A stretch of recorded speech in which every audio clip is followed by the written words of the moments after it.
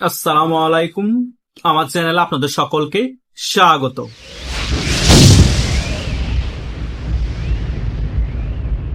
জুলাই যোদ্ধারা মনে করে শেখ হাসিনা বাংলাদেশে যদি ফিরে আসে তাহলে একজন জুলাই যোদ্ধাও বাঁচতে পারবে না।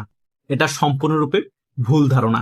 শেখ হাসিনা যদি বাংলাদেশে ফিরে নাও আসে, শুধু বিএনপি যদি গ্রিন সিগন্যাল দেয় যে বাংলাদেশের সাধারণ জনগণ এই সকল টোকাই সমন্বয়কদেরকে কেলানি দিলে কোনো ধরনের প্রোটেকশন দেয়া হবে না।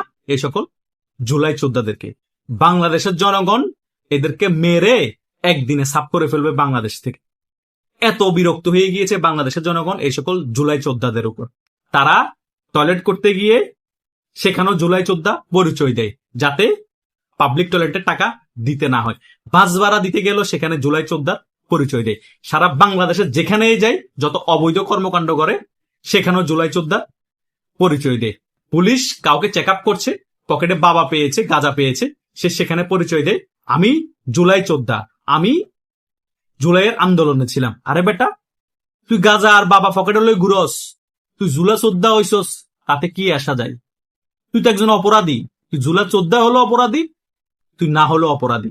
সো বাংলাদেশের জনগণ একটু সুযোগ পাইলেই হইল এদেরকে এমনিতে লটকে রাখবে, রাজুতে না হলে শাহবাগের মোড়ে। শেখ হাসিনাকে ভয় পাওয়ার কোনো কারণ নেই। শেখ হাসিনা এত নিচে নেমে যায়নি যে বাংলাদেশে যদি ফিরে আসে যে তোদের মতো জুলাই যোদ্ধাদেরকে মেরে ফেলার অর্ডার দিবে। তোরা নিজেরাই কেউ কেউ পালাতে গিয়ে মারা যাবি, জনগণের দোলায় মারা যাবি।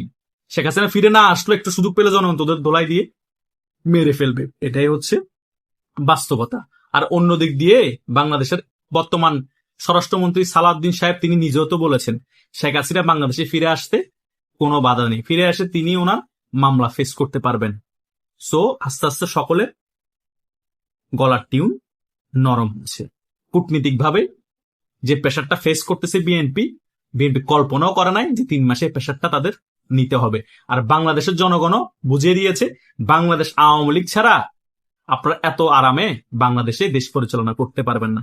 সো শেখ হাসিনাকে বাংলাদেশে ফিরে আসলে কোনো ধরনের প্রেশার ক্রিয়েট করা যাবে না এবং কোনো ধরনের হেনস্থ করা যাবে না। এই সকল বিষয় বুঝতে পেরে সালাউদ্দিন সাহেব সুনরম করে বলছে শেখ হাসিনা বাংলাদেশে ফিরে আসতে কোনো বাধা নেই, ফিরে এসে উনি ওনার মামলা ফেস করতে পারবে। এটাই হচ্ছে রিয়েলিটি। শুধু তাই না, টকশোর মধ্যে যে সকল আলোচক আছে তারাও বলছে শেখ হাসিনা একজন আয়রন লেডি, খুব শীঘ্রই তিনি বাংলাদেশে ফিরে আসবেন। তিনি যখন এত কনফিডেন্স নিয়ে এ সকল কথা বলছেন, তার মানে তিনিও কোনো না কোনো গ্রিন সিগন্যাল পেয়েছেন। সো জুলাই যোদ্ধারা ভয়ে মরে যাচ্ছে শুধু ফিরে আসবেন বলেছে যে, কারণ জুলাই যোদ্ধারা মনে করে শেখ হাসিনা বাংলাদেশে ফিরে আসলে আমরা কেউ বাঁচবো না। বা এটা যখন তোরা মনে করো, শেখ হাসিনা তো বলেছে 6 মাসের মধ্যে তিনি বাংলাদেশে ফিরে আসবেন। সো তোদের হাতে 6 মাস টাইম আছে, তোরা তলবিতল বানিয়ে যে যে দেশের মধ্যে ব্যবসা বাণিজ্য গোছাইছিস, দেশের টাকা লুটপাট করে সে দেশে তার বউকে নিয়ে পালিয়েছে, সেভ হয়ে গেলি তো। আর সমস্যা কোথায়? তোরা তো এমনি বাংলাদেশে থাকতে চাস না, ইউরোপে যেতে পারলে তোরা খুশি। এখন তো টাকাও আছে, বউ আছে, আরামসে ইউরোপে চলে যে একটা ইস্যু দেখিয়ে যে শেখ হাসিনা ফিরে আসলে আমরা একটু বাঁচবো না, সমস্যা নাই তো। তোরা তো এখন বাংলাদেশের রাজনীতিটা করতেছিস মূলত দেশের যে টাকা আছে ওগুলো লুটপাট করে বিদেশে পাচার করার জন্য। তাছাড়া আর কোনো কারণ নাই তোরা বাংলাদেশে রাজনীতি করে। কারণ তোরা ভালো করেই জানোস তোরা রাজনীতি করতে করতে পন্দের সল উঠে গেল, তোরা জীবনে ক্ষমতায় আসতে পারবি না। তাহলে তোরা রাজনীতি করতেছিস কেন? মামুর জন্য। বুঝতে পারছস? সো গালবাজি বন্ধ কর। শেখ হাসিনা ফিরে না আসলো, সুযোগ পেলে জনগণ তোদেরকে লটকাই ফেলবে, তোরা এমনি বাঁচবি না। আর যদি শেখ হাসিনা ফিরে আসে তবুও জনগণ তোদেরকে লটকাই ফেলবে। এখন তোদের কাছে 6 মাস টাইম আছে, 6 মাস টাইমের মধ্যে কে কোথায় ভাগবি সেটা তোরা ঠিক কর।